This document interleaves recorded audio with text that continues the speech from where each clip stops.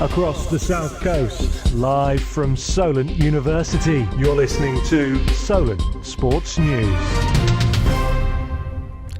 Good afternoon, it's 3 o'clock. I'm Jack Bishop with your Solent Sports News headlines. The Women's Cricket World Cup final will be free to air on Sky, Quest and YouTube on Sunday. England face Australia in the final and have Sophie Ecclestone to thank after the 22-year-old claimed 6 wickets against South Africa. Former Hampshire cricket correspondent Jacob Tanswell joins us in the studio. Jacob, how great is it that everybody will have the opportunity to watch this game if they wish? Jack, it's going to be a great occasion because we saw in 2017 at Lord's, England won the World Cup against India and there was 3 or 4 million people watching. Of course, it's going to be different this time around. The game's now going to be in New Zealand where it's going to start at 2 o'clock. So if you want to stay up late on Saturday night or have your breakfast early at 2 a.m. in the morning, you can do that and it's going to be free. Everyone can watch it. And for women's cricket, it's made such big strides in recent times. Playing Australia, playing the old enemy is going to be a fantastic event and hopefully England can do it. Thanks very much, Jacob. Now, it's the FIFA World Cup draw this evening, with all the qualified teams waiting to see who they'll be up against in November. Wales and Scotland await their fate in the playoffs, where either they or Ukraine will be drawn in pot 4. Meanwhile, England join host Qatar in the first-seeded pot. Manager Gareth Southgate hopes his side can make the nation proud. We all watched as kids, we all filled our war charts out, we all hoped and followed when England were there that we would do well. And it's a unique chance to make history. I'm also joined by our international football correspondent, Ryan Honey. Ryan, what are the group prospects for England looking like? Well, Jack, England will be in pot 1 with the likes of France, Portugal and Belgium, and are guaranteed to face at least one European side out of the other 3 pots. Pot 2, there are obviously some higher rated teams, maybe a touch of deja vu as Croatia, Germany and Denmark are all in there. Netherlands could also be a tougher test should we get them.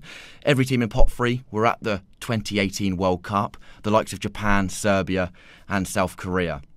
AFCON champion Senegal also a possibility in pot 3. Pot 4, one of Wales, Scotland and Ukraine, so a UK-based clash could be on the cards. Meanwhile, Canada are in the pot for only the 2nd time in their history. Thanks very much, Ryan. Russian Football Union representative Alexei Sorokin is adamant his country should be able to qualify for the World Cup in Qatar.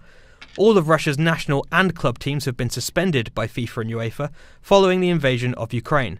Sorokin feels the punishment of sports teams is overzealous. The Russian Football Federation did not break any FIFA statutes or any other regulations. Why should it be not present at the Congress? I don't see any reason why. The Premier League returns this weekend as Southampton travel to Leeds. Saints boss Ralph Hasenhüttl faces fellow former Red Bull Leipzig manager Jesse Marsch for the first time. The Austrian believes a top 10 finish would be beneficial in attracting new players in the summer. I think it makes a big difference if you end up in a top 10 position. You see what with good performances you can achieve, even if you are playing with us. And yeah, this is good to watch. We had this week a lot of players out in international games and did a good job. And this is very important for the players. Harry Kane has today won the Premier League Player of the Month award for March. The Spurs striker bagged 4 goals and set up 2 for his teammates. Arsenal boss Mikel Arteta picked up the Manager of the Month award for a 2nd time. The semi-final of the Snooker Tour Championship has gotten underway. Ronnie O'Sullivan, who will end the week as world number 1, faces defending champion Neil Robertson in a repeat of last year's final. I'm here with our snooker correspondent James Rann. James, how's the match going so far?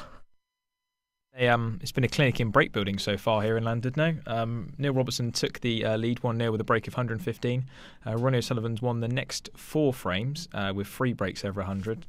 So he's now gone over 1,150 century breaks in his career. Robertson's just won the previous one. It's going into the mid-session interval, so it's currently 4-2.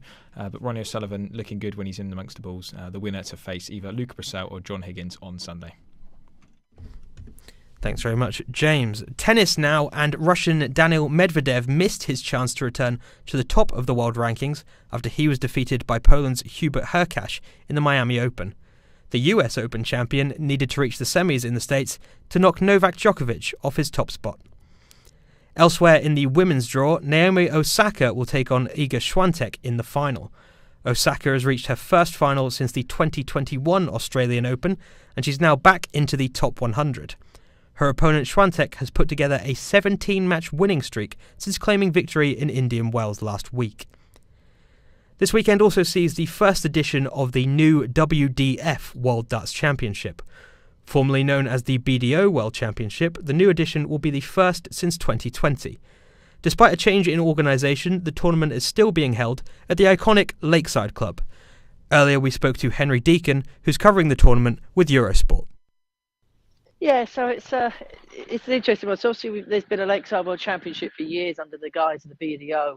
Obviously now that's been gone. The WDF are stepping up to give amateur players the best opportunities they possibly can have. And they really have stepped up to the play. A World Championship at its spiritual home, 9 days live coverage on Eurosport and Discovery Plus. There's also free-to-air coverage in the United Kingdom via Quest, £300,000 in prize money, and the biggest ever prize fund for a women's event ever. Over to golf, Bournemouth's Georgia Hall is in contention at the Chevron Championship. The 25-year-old, who won the 2018 Women's Open, went 4 under par in the opening round. Wrestling legend The Undertaker will be inducted into the WWE Hall of Fame tonight. The ceremony comes before a WrestleMania doubleheader over the weekend. Brock Lesnar faces Roman Reigns in the main event. Cody Rhodes is tipped to make a surprise return, and stars Logan Paul and Johnny Knoxville will also try their hand in the ring. Formula One boss Stefano Domenicali has today defended the decision to hold the new Las Vegas race on a Saturday night, breaking the tradition of races on Sunday. The move ensures the street circuit will be under the lights, but means a 5 a.m. start for fans in the UK. The new race will debut in the 2023 F1 season. Finally today, Bruno Fernandes has signed a new contract with Manchester United. The Portuguese midfielder penned a 4-year deal that moves him into United's top 3 highest earners. That's all from us for now. We'll be back in an hour here on Solent Sports News.